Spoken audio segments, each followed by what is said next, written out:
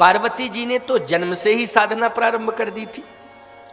इन्हें जन्म से उनकी माता मैना ने और पिता हिमांचल ने इस प्रकार का वातावरण पैदा कर दिया कि सहज अवस्था में ही पार्वती समाधिस्थ हो गई। वातावरण का भी प्रभाव पड़ता है। और घर में ही उन्होंने तपस्या की घर में तपस्या की नहीं। घर में जब वातावरण अच्छा होगा तभी तपस्या होगी, और घर में वातावरण अच्छा नहीं हुआ तो घर छोड़ के जाना पड़ेगा, तब कहीं तपस्या होगी।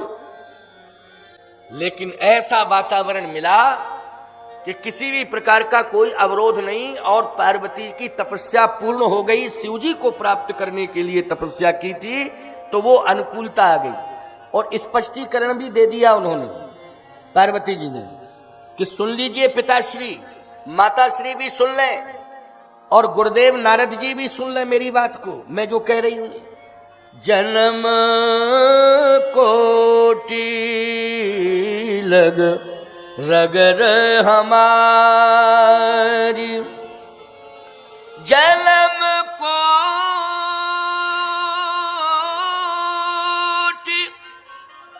लग रगर हमारी,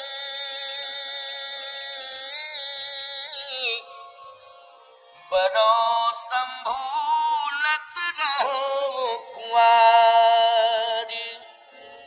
मेरी प्रतिज्ञा है, या तो मैं कुमारी रहूंगी, नहीं तो विवाह करूंगी तो भगवान शिव के साथ करूंगी। तो कंफर्म हो गया कि तपस्या कर रही थी शिव जी को प्राप्त करने के लिए। तो नारद जी ने थोड़ा सा एक प्रश्न कर दिया, ये परीक्षा ही मान लो। नारद जी ने कहा, एक बात बताओ पार्वती, शिव जी को प्राप्त करने के लिए तुम तपस्या कर रही हो, लेकिन उन्होंने तो कामदेव को जला दिया है, उनका काम से कोई संबंध ही नहीं है। पार्वती जी ने कहा, संसार में जिसका काम से संबंध है पार्वती उसकी ओर देखना भी नहीं चाहती, फिर पार्वती उसी का वर्ण करना चाहती है जिसका राम से संबंध है, उसी को पति के रूप में स्वीकार करना। काम से संबंध है उसको नहीं, राम से संबंध है। और शिव जी का बोलो, काम से संबंध है कि राम से? राम से संबंध है। इसलिए मेरी प्रतिज्ञा है कि मैं विवाह करूंगी तो भगवान शिव को पति के रूप में स्वीकार करूंगी। ठीक है, मेरा प्रयास है। और गए श्री नारद जी महाराज, भगवान से प्रार्थना की तो भगवान स्वयं जाके प्रार्थना कर रहे हैं शिव जी से। मम बिनती अब सुनहु शिव, जो मो पर निज ने, जाहे विवाह शैलज, यह मुहि मांगे देव। मेरी प्रार्थना है कि आप शैलपुत्री के साथ विवाह करें। मैं स्वयं प्रस्ताव लेके आया हूं। भगवान शंकर कहने लगे कि विवाह तो मैं करना नहीं चाहता हूं, लेकिन आपकी आज्ञा, हाँ मैं आदेश दे रहा हूं, जाए विवाह हो शैल। तो आप स्वामी हैं, मैं सेवक हूं, इसलिए स्वामी की अवज्ञा कभी करनी नहीं चाहिए। आप आज्ञा दे रहे हैं तो मैं पालन करता हूं, शिरोधारी करता हूं। आपके अलावा यदि कोई कहता तो मैं स्वीकार नहीं करता। आप कह रहे हैं तो ये आपकी आज्ञा है, मैं इसके शिरोधारी करता हूं। लेकिन एक मेरी प्रार्थना है आपसे। क्या? विवाह के प्रति रुचि नहीं है, लेकिन विवाह की कुछ औपचारिकताएं हैं, उनकी पूर्ति अवश्य करनी पड़ती है। क्यों भाई? औपचारिकताएं होती हैं, उनकी पूर्ति करनी पड़ती है। रुचि नहीं है ये अलग बात है, मेरी रुचि तो नहीं है, लेकिन औपचारिकताओं की पूर्ति कौन करेगा? विवाह की औपचारिकताओं की पूर्ति करते हैं संबंधी लोग। जैसे माता पिता हो तो और कहने क्या, भाई बंधु हो, मामा फूफा आदि आदि पता नहीं संबंध रिश्ते तमाम होते हैं। नहीं तो भगवान शंकर ने कहा कि हमारे तो कोई रिश्ते है ही नहीं, केवल एक ही रिश्ता है, वो आपसे। क्यों भाई? शिव जी कहते हमारे। अच्छा एक बात बताओ, शंकर जी के पिताजी का नाम बताओ। कोई बतावे शंकर जी के माता पिता का नाम है? तत्पुरुषाय धीमहि। भगवान शंकर के यदि पिता हैं तो परम पिता ही है। कौन है? परम पिता। परम पिता के अलावा कोई पिता नहीं।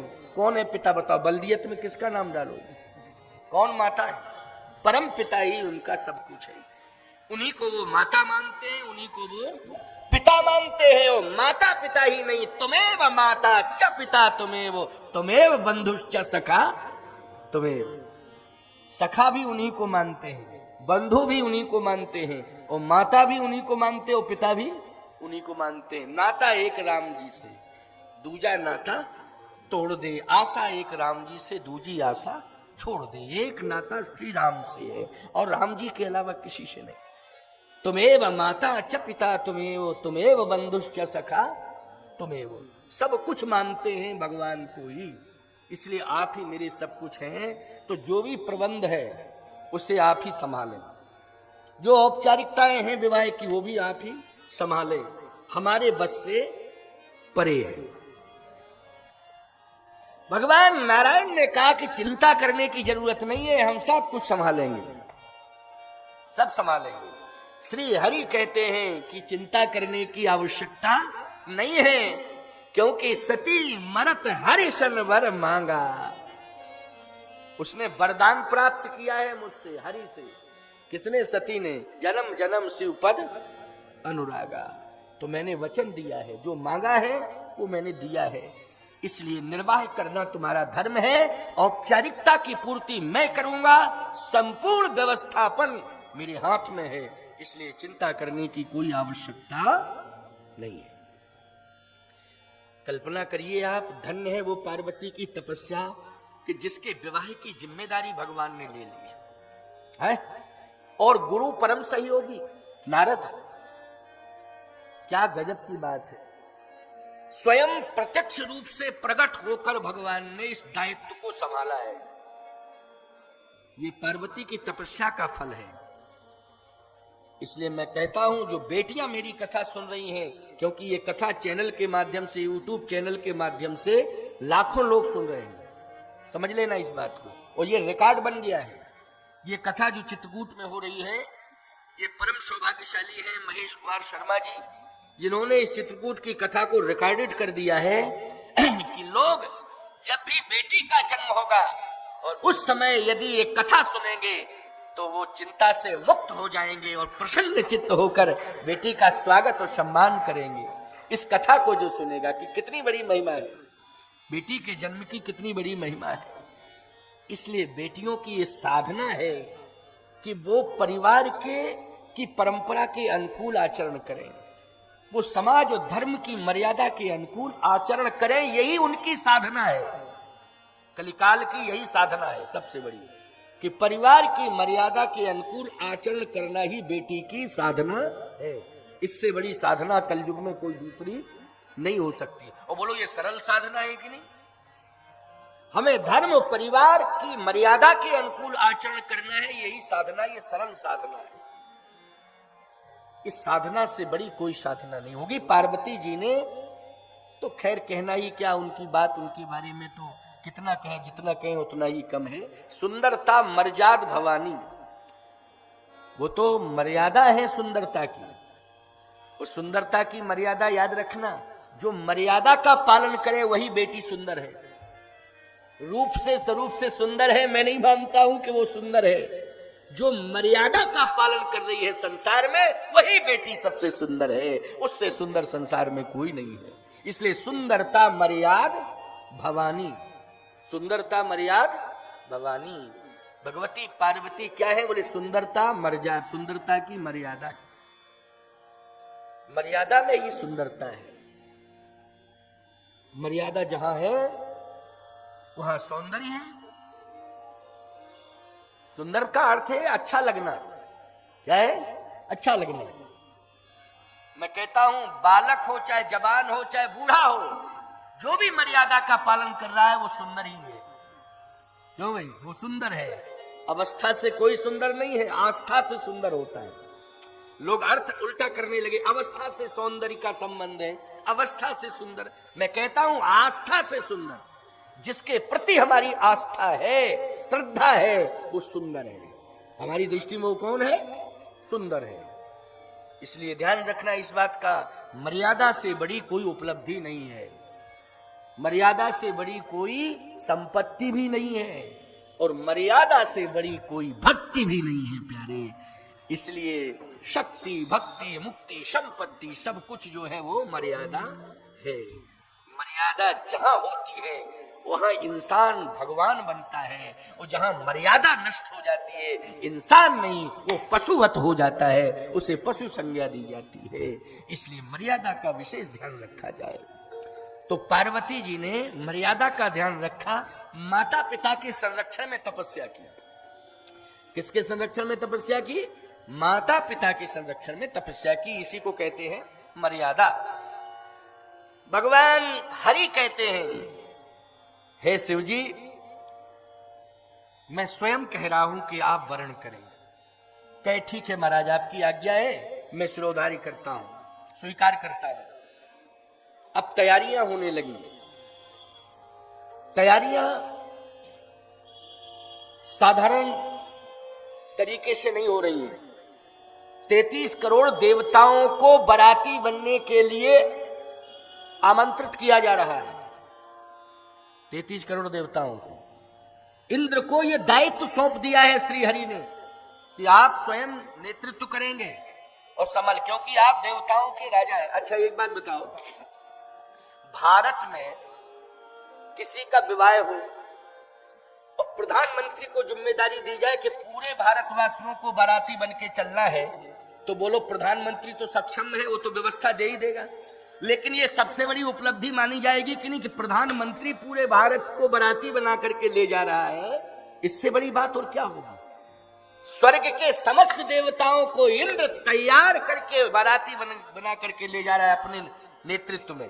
बोलो इससे बड़ी उपलब्धि और क्या हो सकती है? क्यों? श्री हरि का आदेश है। किसका आदेश है? श्री हरि का आदेश है। अब बोलो कौन संभाल रहा है? भगवान संभाल रहा है कि नहीं? कि पिता तो है ही नहीं। शंकर जी के जब मैंने कह दिया पिता है नहीं, तो बोलो कौन संभाल रहा है इस विवाह को? स्वयं हरि। दूसरी बात, पार्वती के पिता है, लेकिन 33 करोड़ को कैसे पिता संभालेगा भैया? है पिता तो है पार्वती के हिमांचल, लेकिन कौन संभाले 33 करोड़ को? लेकिन वहां भी भगवान संभाल रहा है। बोलो संभाल रहा है कि नहीं संभाल रहा है? और एक बात सुन लीजिए, देवताओं को तो सब आमंत्रित करते हैं विवाह में, भले ही संख्या में ना आवे, लेकिन आवाहन में तो सब आ ही जाते हैं। समस्त देवताओं का आवाहन विवाह में किया जाता है, मंडप के नीचे भी दिखाई नहीं देते हैं, लेकिन उनकी दिव्यता तो आ ही जाती है। क्यों आ जाती है कि नहीं? उनका मांगलिक स्वरूप तो प्रकट हो ही जाता है ना मंडप के नीचे, देवी देवताओं का आवाहन के मंत्र के प्रभाव से, मंत्र के माध्यम से। लेकिन सावधानी से सुनना मेरी बात को, भूत प्रेत पिशाचों को कोई नहीं बुलाता। बोलो बुलाता है क्या? कोई नहीं। कौन बुलाएगा? बल्कि प्रार्थना सब यही करते हैं कि देवी देवताओं से आप आना, लेकिन अमंगल ना आ पावे, बस यही प्रार्थना करना। उनको रोकना और आप जरूर पधारना। उनको रोकना, लेकिन वो ना आने पावे, यही प्रार्थना की जाती है कि नहीं? लेकिन सावधान, जब देवताओं को बाराती बनाने के लिए व्यवस्था तैयार की जा रही है, एक प्रोग्राम सुनिश्चित किया जा रहा है, उसकी व्यापक व्यवस्थाएं की जा रही हैं, तो जितने भी अमंगल थे वो सब रो रहे थे बैठे बैठे शंकर जी के आसपास। शंकर जी के आसपास भूत प्रेत पिशाच डाकनी साकनी सब बैठे बैठे रो रहे। शंकर जी की आंख खुली, क्या बात है तुम लोग क्यों रो रहे हो? बात क्या है? कोई परेशानी है? क्या अभी तक तो नहीं थी, लेकिन अब परेशानी है। क्या क्या परेशानी है? परेशानी यही है कि संसार वालों ने मेरी उपेक्षा कर दी थी। संसार वाले, देखो अमेरिका वाले भी नहीं चाहते हैं भूत प्रेतों को। अच्छा कौन देश के लोग चाहते हैं? पाकिस्तान इतना नास्तिक देश है, लेकिन भूत प्रेतों को भी नहीं पसंद करता। क्यों भाई, इतना नास्तिक देश है, लेकिन क्या भूत प्रेतों को पसंद करता है? वो भी नहीं करता पसंद। कौन करेगा भाई पसंद भूत प्रेतों को? है नहीं करता पसंद। हाँ, चीन वालों को पसंद करता है वो। क्यों भाई, किसको करता है? चीन वालों को पसंद करता है अमेरिका, लेकिन भूत प्रेत पिशाचों को वो पसंद नहीं करता है? अब चीन वालों को ही भूत प्रेत मान लो तो अलग बात है। क्यों भाई, उनको मान लो तो हम कह नहीं सकते, लेकिन वो पसंद करता है पसंद। सावधान, भूत प्रेत पिशाच रो रहे थे। भगवान शंकर ने कहा रो मत, संसार वालों ने तुम्हारी उपेक्षा की है, करने दो उपेक्षा, लेकिन मैं तुम्हारी आवश्यकता समझ रहा हूं और मैं अपने साथ तुम्हें सदा सदा के लिए जोड़ रहा हूं। ये मत समझना कि सदा सदा के लिए जोड़ रहे हैं लेकिन विवाह से दूर कर रहे हैं। अगर भगवान श्री हरि इंद्र के नेतृत्व में देवताओं को बाराती के रूप में तैयार कर रहे हैं तो हमारा विवाह हो रहा, हम डायरेक्ट अपने बाराती तैयार कर रहे हैं, डायरेक्ट हम अपने बाराती तैयार कर रहे हैं और हमारे बाराती हमारे साथ चलेंगे। इंद्र जो तैयारी कर रहा है वो इंद्र अपने साथ ले जाए बारातियों को, लेकिन मेरे बाराती जो स्पेशल होंगे। भूत प्रेत बोले यही तो बात है कि अगर आपने कहीं छोड़ दिया देवताओं के चक्कर में तो द्वंद्व शुरू हो जाएगा, क्योंकि भूत प्रेतों को भगाने के लिए ही देव मंत्रों का प्रयोग किया जाता है। क्यों, भूत प्रेतों को भगाने के लिए कौन से मंत्रों का प्रयोग किया जाता है? देव मंत्रों का प्रयोग किया जाता है। तो हम देवताओं के साथ तो जा नहीं सकते, क्योंकि देवता नहीं, उनके मंत्र ही पर्याप्त है हमको भगाने के लिए, उनके मंत्र ही पर्याप्त है हमको भगाने के लिए, तो हम तो उनके साथ जा नहीं पाएंगे। और एक महाशक्ति आपके साथ चल रही है, कौन? श्री हरि, उनके साथ तो और ही नहीं जा सकते, क्योंकि मंगल भवन अमंगल हारी, अमंगल हारी, हम सब अमंगल हैं, इसलिए अमंगल का वो हरण करते हैं। इसलिए हमारी प्रार्थना है, शंकर जी बोले अपनी सुरक्षा में ले जाऊंगा, मेरे चारों तरफ रहना, मेरे साथ चलना। कहे महाराज अब विश्वास हो गया, ये भूत प्रेत पिशाचों की बात है। कहे महाराज अब विश्वास हो गया, अब विश्वास हो गया। नारद जी को जैसे ही पता लगा कि प्रोग्राम भूतों का भी बन गया सा, नारद जी भगवान के पास गए, भाई सुनो सुनो प्रभु, सुनो सुनो, गड़बड़ होने वाला है। क्या? कहे बारातियों की क्या व्यवस्था हुई? अरे बोले देवता सब तैयार हो रहे हैं, तुम्हें नारद क्या लेना देना बड़ा, सब देवता तैयार। अच्छा, मुनि महात्माओं से भी कह दिया है, वो महात्मा भी पहुंचेंगे वहां, चिंता करने की जरूरत नहीं है। लेकिन महात्मा बारात के साथ नहीं जाते हैं, इसलिए बारात में नहीं जाएंगे, वो डायरेक्ट पहुंचेंगे। क्यों, हम लोग भी किसी के विवाह में जाते हैं तो बारात के साथ नहीं जाते, डायरेक्ट पहुंचते हैं। तो बारात के साथ हम लोग चलने लगे तो फिर मर्यादा कहाँ रहेगी? क्यों भाई, देखो ये बाबा लोग भी जाने क्या क्या लोग कहेंगे, पता नहीं क्या क्या लोग कहते हैं, वैसे भी कहते हैं महात्मा चलते हैं ना, अगर किसी साधन से चले, अपने निजी साधन से, बड़े जलवे हैं महात्माओं के, देखो। अच्छा, और साधन का त्याग करके पैदल चलें, साधु है कि फटीचर?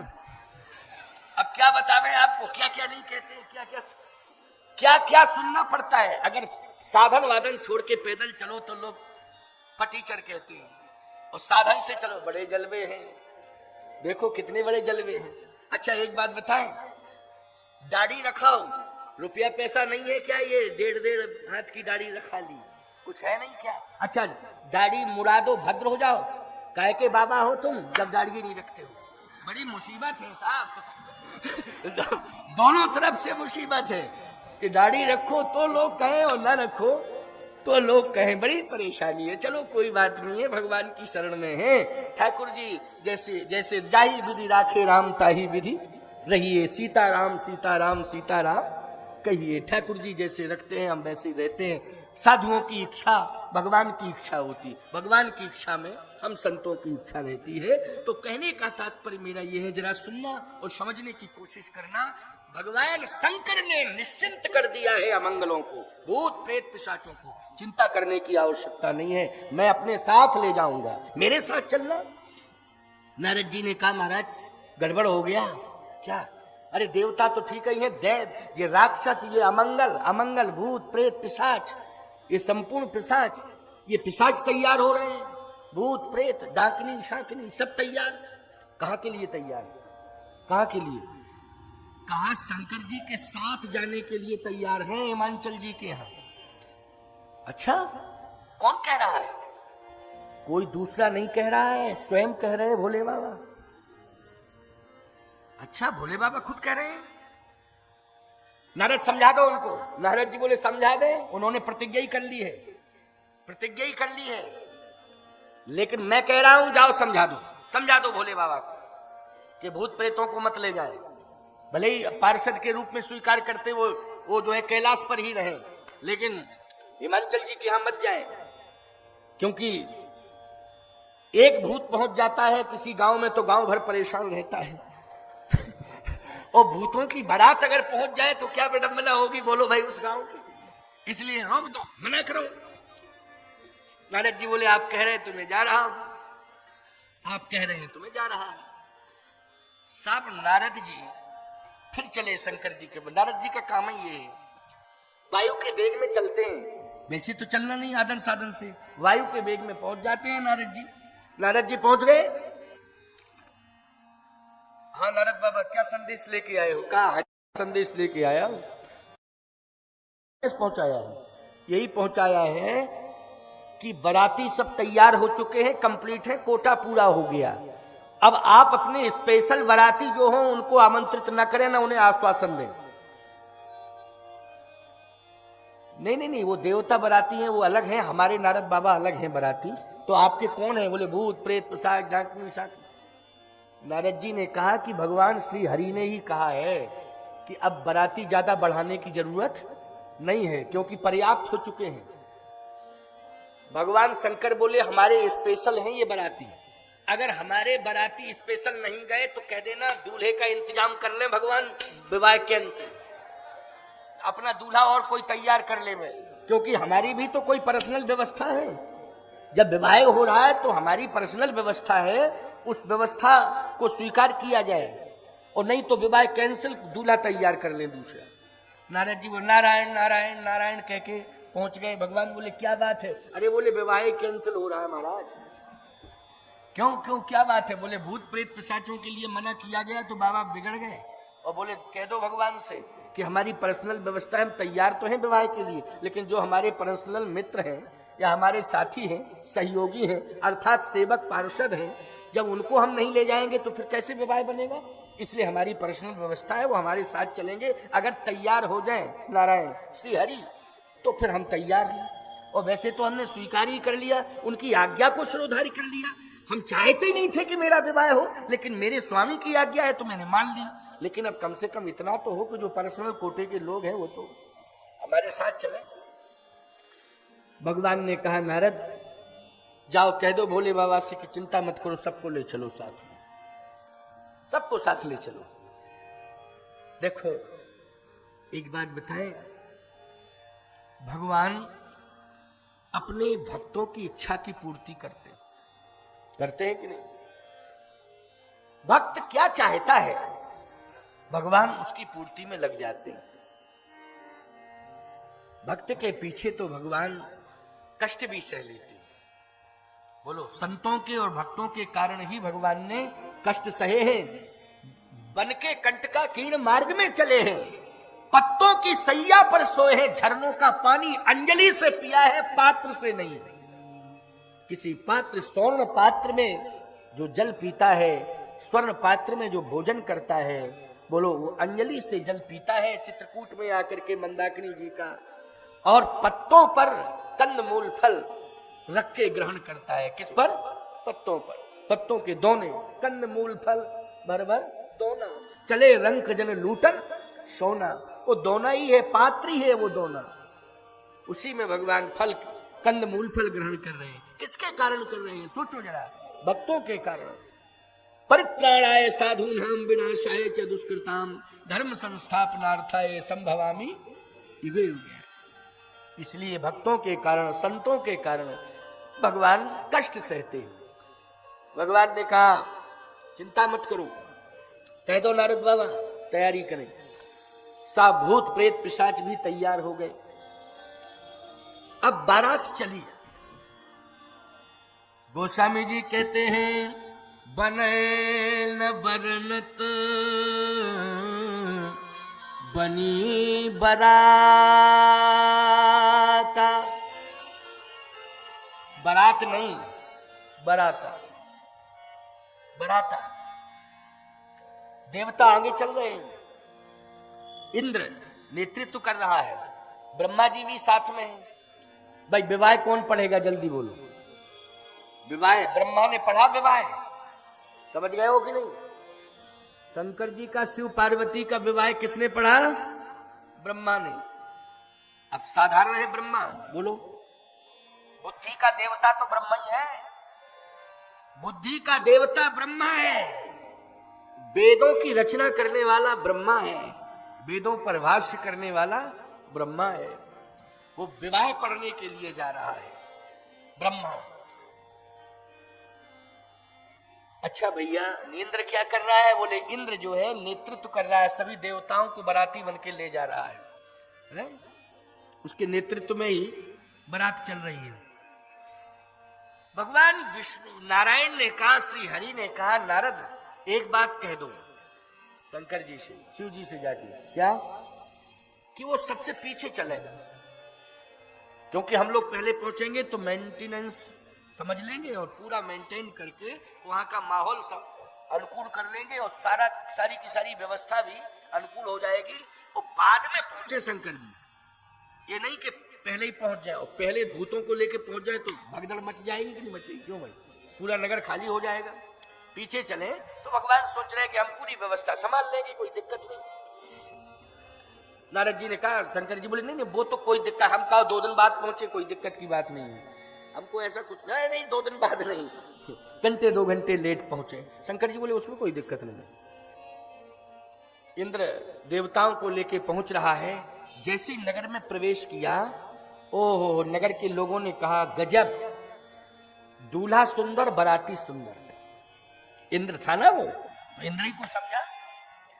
हिमांचल नगर निवासियों ने कहा साहब गजब, बोले दूल्हा सुंदर बाराती सुंदर। तो इंद्र बोला किसको दूल्हा मान रहे हो? कहे आप ही लग रहे हैं, हम तो दूल्हा के नौकर हैं। हैं नौकर? नौकर इतना सुंदर है तब तो क्या कहना दूल्हा का। तो भाई नौकर इतना सुंदर है तो दूल्हा का क्या कहना। गजब, धन्य है पार्वती के भाग्य, धन्य है पार्वती के भाग्य, इतना सुंदर दूल्हा मिला है। अरे दूल्हा सुंदर होगा, नौकर जब इतना सुंदर मिला है तो दूल्हा कितना सुंदर होगा। ये पार्वती का नौकर है। अरे जब शंकर जी का नौकर है तो वो पार्वती का नौकर हुआ कि नहीं? ये पार्वती का नौकर है, इतना सुंदर नौकर सेवा करेगा, है? बताइए, धन्य है पार्वती के भाग। अच्छा ये सब क्या ये बाराती है? सब देवता सब बाराती। ब्रह्मा जी चले आ रहे थे पीछे से, क्या ये इनका परिचय? बोले ये विवाह पढ़ेंगे। ओ इनका नाम बोले ब्रह्मा। धन्य है पार्वती के भाग, ब्रह्मा ही विवाह पढ़ने के लिए चला आया ब्रह्मलोक से। लोग ब्रह्मा के ज्ञान को लेते हैं, क्यों भाई लेते हैं? नहीं, ब्रह्मा के ज्ञान को लोग लेते हैं, उस ज्ञान के माध्यम से मांगलिक कार्य करते हैं, वेदों का आश्रय लेते हैं, लेकिन डायरेक्ट ही ब्रह्मा आ गया उतर के वो विवाह पढ़ने के लिए। धन्य है पार्वती के भाग, ब्रह्मा विवाह पढ़ेगा। ये पहला रिकॉर्ड बनने जा रहा है कि ब्रह्मा ने विवाह पढ़ा है डायरेक्ट आके। धन्य है ब्रह्मा जी। अब पीछे की व्यवस्था तो आप सब जान ही रहे हो, जाने तब तक भगवान विष्णु आ रहे थे तो अब कंफर्म हो गया कि पंडित के पीछे जो है वो दूल्हा है। पंडित के पीछे दूल्हा है ये। तो सारे लोग प्रणाम करने लगे, कहे आपका परिचय? तो भगवान मुस्कुरा गए। तो लोगों ने कहा शर्मीला है दूल्हा, इसलिए ये नहीं कहना चाहता कि मैं दूल्हा हूं क्योंकि शर्म आ रही है। नहीं नहीं नहीं, कोई बात नहीं है, दूल्हा हो ना। भगवान ने कहा देखो हम झूठ नहीं बोलते, वैसे तो हम कुछ कहना नहीं चाहते थे, लेकिन तुम पूछ ही रहे हो कि दूल्हा, तो हम दूल्हा नहीं है, फिर हम दूल्हा के दोस्त हैं। ओह, दोस्त इतना सुंदर, नौकर भी सुंदर, दोस्त भी सुंदर, विवाह पढ़ने वाला सुंदर, दूल्हा कितना सुंदर होगा। कल्पना की जाए कि दूल्हा कितना सुंदर होगा, गजब का सुंदर दूल्हा। दूल्हा कहाँ है? बोले दूल्हा आ रहा है पीछे। अच्छा अच्छा अच्छा, हम तो मित्र हैं, व्यवस्था के लिए पहले आगे निकल आए। तो बाराती जो है सब आगे आ गए, मित्र आगे आ गए, ब्याह पढ़ने वाले पंडित जी आगे आ गए, लेकिन दूल्हा के साथ फिर कौन है? कहे दूल्हा के साथ दूल्हा के विशेष दोस्त हैं। जो विशेष दोस्त हैं वो दूल्हा के साथ है, और कुछ विशेष सेवक भी दूल्हा के साथ। अच्छा, तो नगर के लोगों ने कहा कि विशेष व्यक्तित्व है तो विशेष ही आ रहे हैं सब, तो बाकी सब शेष हैं, वो विशेष आ रहे हैं। प्यारे, जब शिवजी समीप में आ गए हिमांचल नगरी के, तो जानते हो किसी को यह कल्पना ही नहीं थी, भगवान नारायण स्वयं नहीं सोच रहे थे कि ऐसा दृश्य होगा अद्भुत। भगवान शिव जो है नंदी पर बैठे थे, लेकिन मुंह की तरफ पीठ किए थे, पूंछ की तरफ मुंह किए थे। वैसे तो सीधे बैठते थे, हमेशा का नियम था, लेकिन जब ससुराल में प्रवेश कर रहे हैं, होने वाली ससुराल में जब प्रवेश कर रहे हैं, तो अच्छा इस बात की जानकारी भगवान को भी नहीं मिली कि ये इसका, भाई ठीक है आ रहे हैं, चलो कोई बात नहीं है, सीधे ही आ रहे होंगे, लेकिन बैठे थे। नारद जी दौड़े दौड़े गए, बोले महाराज मामला संभाल लो, नहीं विवाह कैंसिल है, क्योंकि हमने तो सारी व्यवस्था लगा दी है, लेकिन अब तो निश्चित है कि कैंसिल होगा विवाह। क्यों, क्या बात है? बात क्या है? बात यह है कि भोले बाबा रोज तो सीधे बैठते थे नंदी पे, आज उल्टे बैठे हैं। उल्टे बैठे हैं कैसे? बोले मुंह की तरफ पीठ किए हैं और पूंछ की तरफ मुंह किए हैं। और बोले जितने भूत प्रेत हैं वो हु कर रहे हैं, सब इस तरह से चले आ रहे हैं हु करते हुए। अरे राम राम, ऐसा? अब तो आप ही संभालो, आप ही संभालो। भगवान नारायण ने कहा, श्री हरि ने, एक काम करो नारद जी, मैं यहां संभाले हूं, क्योंकि अगर मैं वहां पहुंच गया तो यहां संदेश किसी को मिल गया कहीं, तो फिर वो प्रोग्राम सब बिगड़ जाएगा, इसलिए हमारे जाने की जरूरत नहीं, मैं यहीं रहूंगा, तुम जाओ। मेरा संदेशा कह दो भोले बाबा से कि सब शर्तें मानी गई हैं आपकी, भूत प्रेत पिशाचों को भी मना नहीं किया गया है, लेकिन कम से कम नंदी पे सीधे तो बैठ जाए, इतना ही स्वीकार कर ले, सीधे बैठ के आए। नारद जी फिर गए साहब। नारद जी ने कहा महाराज सुनो सुनो सुनो सुनो। हाँ क्या बात है नारद बाबा? बात यह है कि आप उल्टे बैठे हो नंदी पर, आज सीधे बैठ जाओ। शंकर जी ने कहा कि रोज सीधा बैठता था, ऐसा सब लोगों को लग रहा है, आज मैं उल्टा बैठा हूं। आज मैं उल्टा नहीं बैठा हूं, दुनिया को संदेश देने के लिए बैठा हूं। उल्टा सीधा लोग देख रहे हैं, दिखाई दे रहा है, अलग बात है, मैं दुनिया को आज संदेश देने के लिए बैठा हूं। तो संदेश क्या मिल रहा है दुनिया को? नारद बाबा तुम ही बताओ, नंदी का मुंह किधर है? कैसे? आपकी ससुराल की तरफ है, जहां ससुराल है हिमांचल नगरी, और नंदी की पूंछ कहां है? क्या कैलाश पर्वत की तरफ है? कैलाश मेरा घर है और हिमांचल की नगरी मेरी ससुराल है। इन समस्त संसार वालों को हम चेतावनी देना चाहते हैं कि तुम जब ससुराल जाते हो और ससुराल को देख लेते हो तो घर द्वार भूल जाते हो।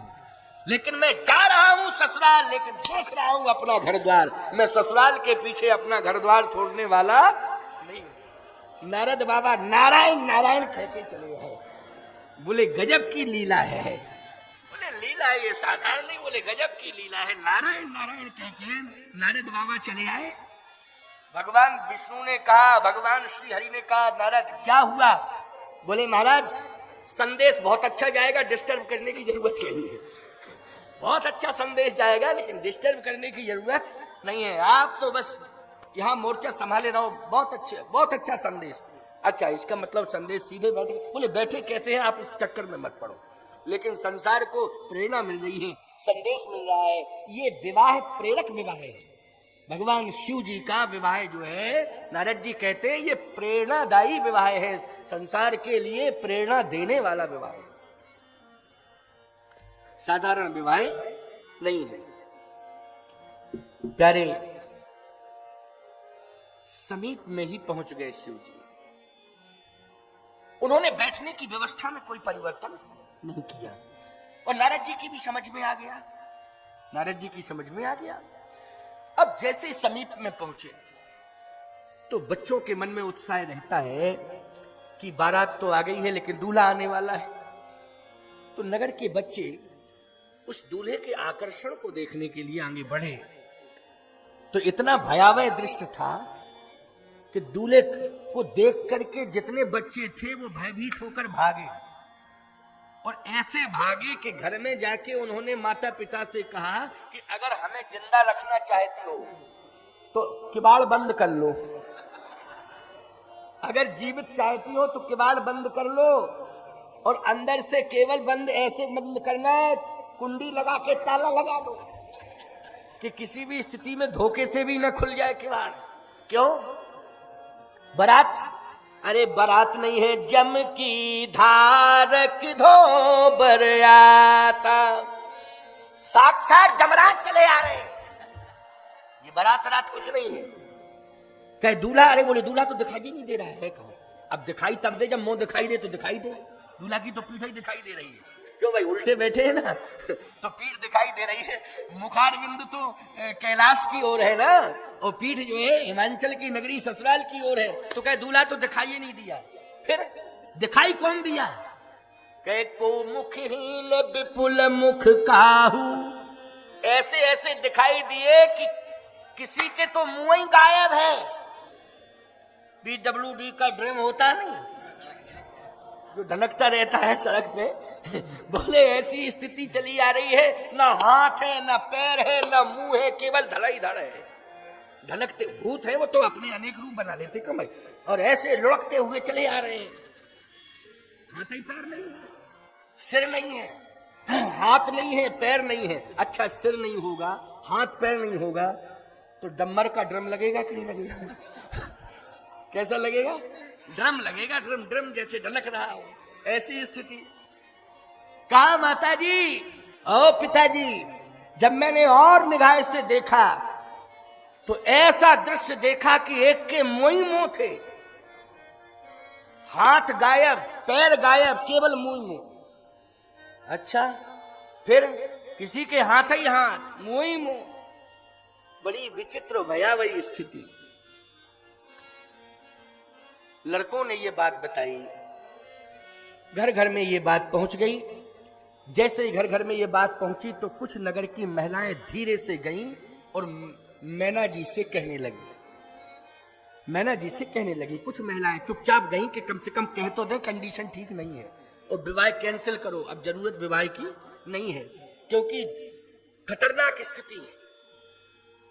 बाबा के चक्कर में पड़ गए, स्वयं देखने नहीं गए, बाबा से कह दिया देख लो, और ये बाबा पता नहीं क्या देख के चला आया।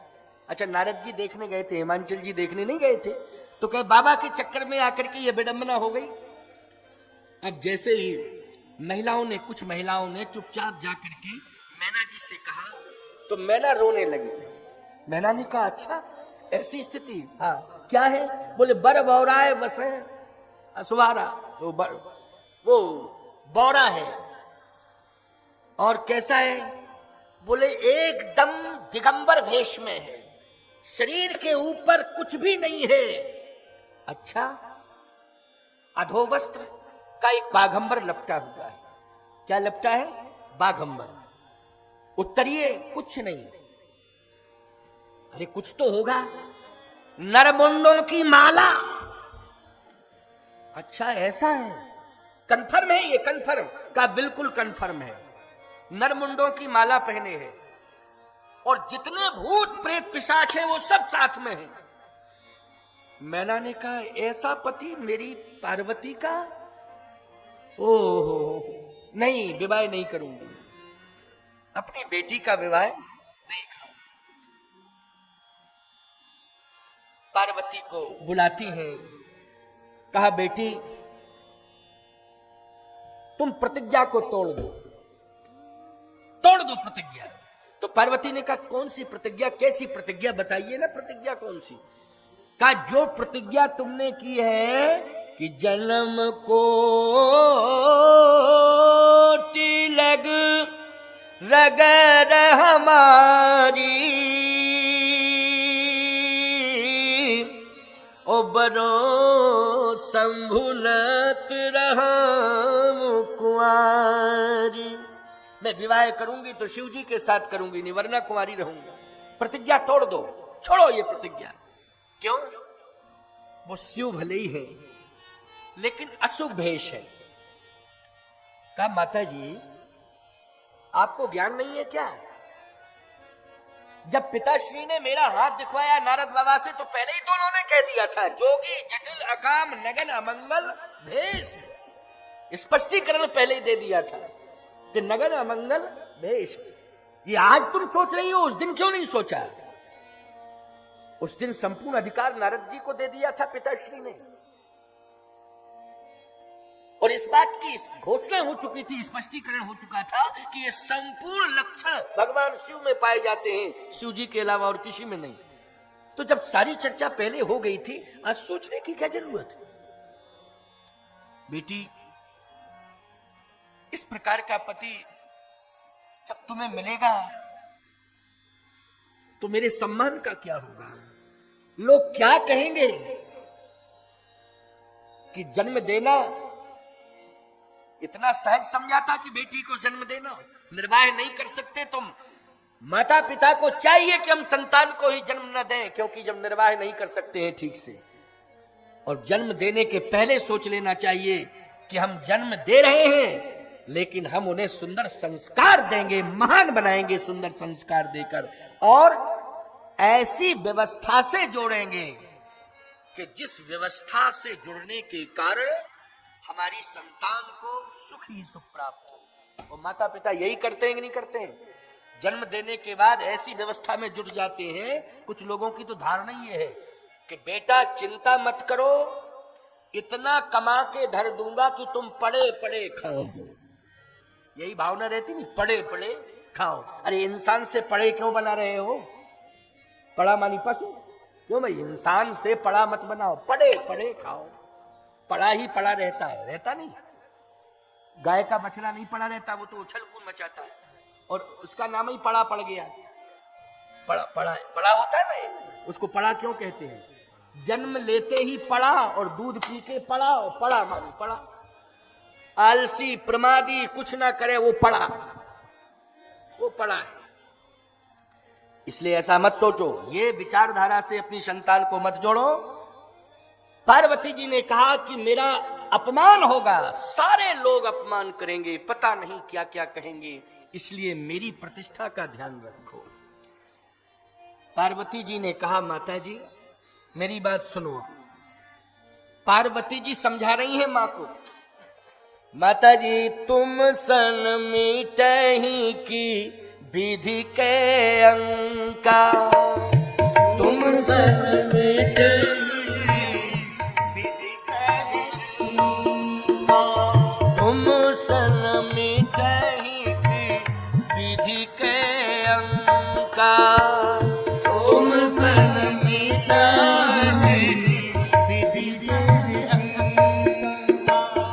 मातु व्यर्थ जन लेहु कलंका, मातु व्यर्थ जन लेहु कलंका, मातु व्यर्थ जन लेहु कलंका,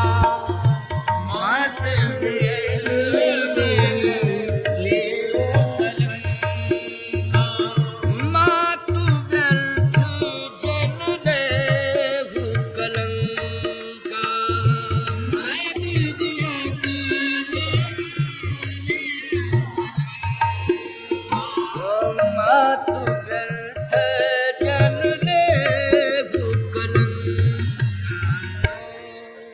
मातु कलंका।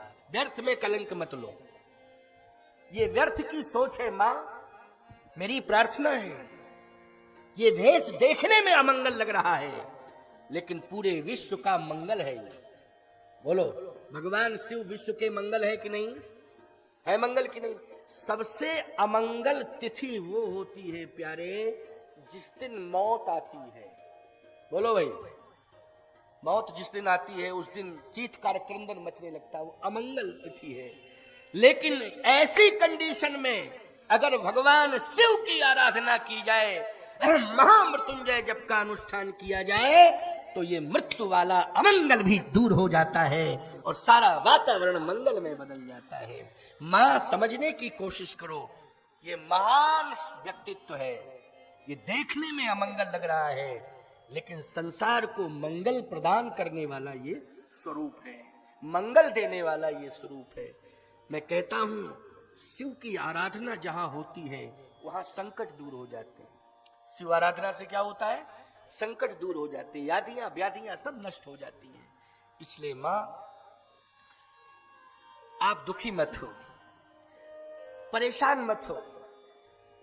मैंने जो प्रतिज्ञा की है, मेरी प्रतिज्ञा के अनुसार ही विधान बना है, इसलिए उस विधान को आप सम्मान के रूप में स्वीकार करें, उसको व्यवधान न समझें। ये कौन समझा रही है? बोलो, पार्वती जी समझा रही हैं। बेटी कितनी समझदार है, बोलो, है कि मत, अगर बारात लौट जाती तो सबसे बड़ा अपमान तो यही था।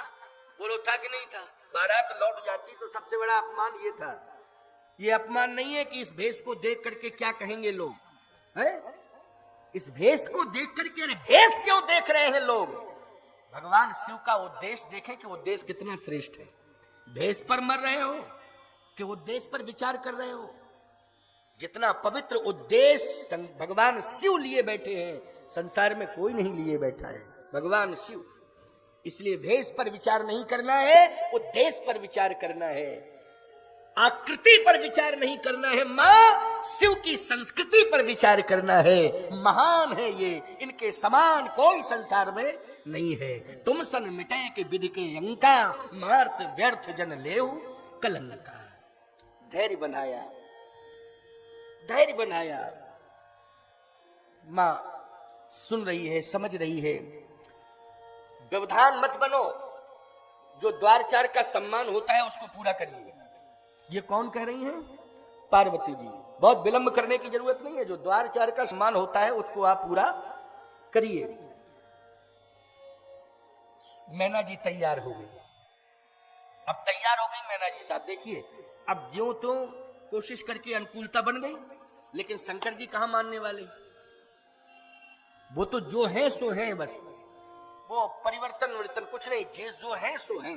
वो कैलाश पे वैसे ही है, स्मशान पर वैसे ही है, ससुराल में वैसे ही है, मंदिर में वैसे ही है, जहां जाए वहां वैसे ही। अवघड़ दानी उनको एक नाम उनका क्या है? आस्तोष तुम अवढ़र दानी, आरत हरो दीन जन जानी। तो भगवान शिव तो शिव है, बनावटीपन यहाँ रहता नहीं है, यहाँ तो ओरिजिनलिटी है। सब मानने वाले नहीं है, सीधे चले आए साहब, नंदी पर बैठे। भगवान ने कहा था, नारायण ने, कि एक काम करो, ये नंदी को यहीं रखो, क्योंकि दूल्हा जो है ससुराल में 4 व्हीलर कार से जावे, जो भी व्यवस्था उससे जाए, लेकिन दरवाजे पर जाता है द्वारचार के लिए तो घोड़े पर बैठता है। किस पर वाहन चेंज कर देता कि नहीं कर देता? चलो कोई बात नहीं, अपनी व्यवस्था से आए हो, लेकिन अब वाहन चेंज करो, गरुड़ पर बैठ के जाओ। भगवान विष्णु ने कहा कि गरुड़ पर, क्योंकि वाहन चेंज, द्वारचार में वाहन चेंज किया जाता है, इसलिए इसको हटाओ। ये गरुड़ पर बैठ के जाओ, ये चेंज करो वाहन, गरुड़। शंकर जी बोले, हम वाहन चेंज नहीं करते हैं, क्योंकि हमारा वाहन जो सुनिश्चित है वही है।